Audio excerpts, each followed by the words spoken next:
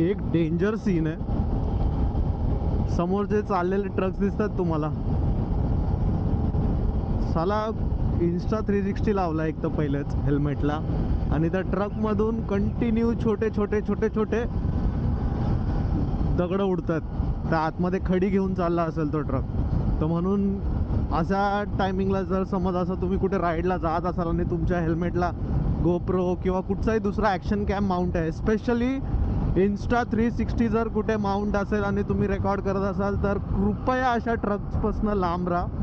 कारण की त्यांच्या टायरमधून पण कधी कधी खडी वगैरे उडते आणि काही उडते. आणि इन्स्टा 360ची बोलतात ना लेन्स अशी कर्व असल्यामुळे ह्यांना स्क्रॅचेस किंवा काही जर छोटा मोठा पार्टिकल काही जरी हिट झाला तर खूप फेटल. सगळे पैसे असे गेले वाया. म्हणून थोडं व्यवस्थित लक्ष ठेवून चालायला लागेल आपल्याला पण. आता JNPT रोडला आपण, आणि इकडे हे जसं ट्रक, धूळ, माती, दगडी भरपूर आहे. आपली बॅग व्यवस्थित हे नाही झाली आहे. जेव्हा पण स्पीड ब्रेकर्स किंवा काही थोडे बम्पी रोड्स येतात तर ती मागणं अशी बाउन्स करते बॅग. होप सो माझा आवाज क्लिअर येत असेल.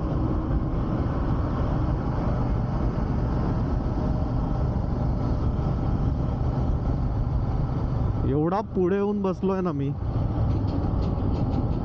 एकदम अनकम्फर्टेबल झालंय मला. माऊलीला जसं भेटू, अरे फॅनचो झाला परत बाउन्सी, रोड खराब झाला.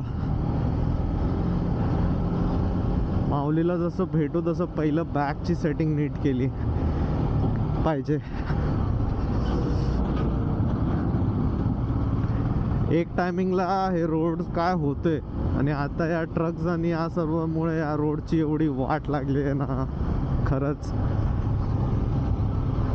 चला आपण थोडंसं कॉर्नर करू.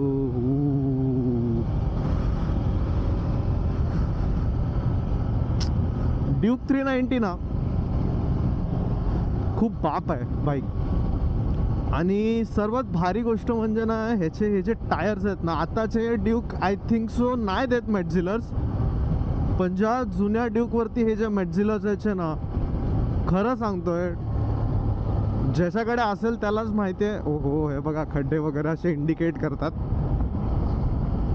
जर पुढे रायडर असेल आमचा, म्हणजे ग्रुपचे रूल आहेत की एकमेकांना वॉच आउट करायचं राईड्सला.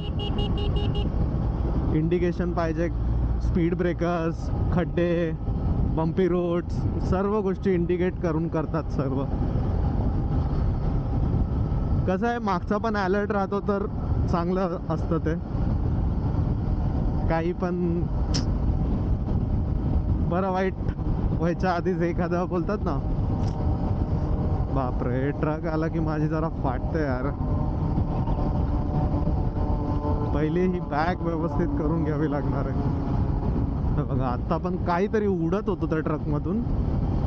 हेल्मेटवरती मला थोडासा आवाज आला. हां, तर मी काय बोलत होतो, हां मेटझिलर्स. हां, ड्यूक 390चं अजून एक तुम्हाला चांगलं सांगतो. आता हे बघा, मी क्लच दाबत नाही आहे आणि मी गेअर डाऊन केला. Slipper clutch with auto blipper and quick shifter.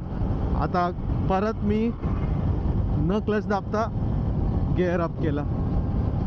यार ड्यूक 390 बोलतात ना सेगमेंटची किंग आहे यार. आणि सर्वात बाप म्हणजे हिचे टायर्स. हे जे मेटझिलर्स आहेत ना, आई शपथ, एवढे ग्रिपी टायर्स आहेत ना. हा हे थोडे म्हणजे अशा रोड्सवरती चालवण्यासाठी ठीक आहे. ऑफ रोड जरासं आलं की ती इकडून तिकडे व्हायला लागतात. पण यार कमॉन यार, ड्यूक 390 असणार आणि ऑफ रोड.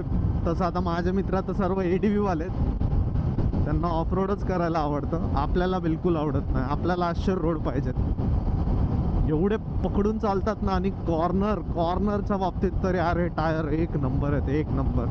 मला माहीत नाही आताचे 390मध्ये हे टायर्स का नाही देत. May be KTM cost cutting करायला लागलं आहे. रिसेंटली मी आता एक न्यूज ऐकलेली की KTM बँकरप्ट झालं आहे. ऐकून पहिले मलाच धक्का बसला. KTMच्याच आमच्या ऑफिशियल ग्रुपवरती टाकलं होतं आहे बघा. ऋषिकेश एक मानलं पाहिजे, हा भाई ऑफ रोड किंग आहे आमच्या ग्रुपमधला.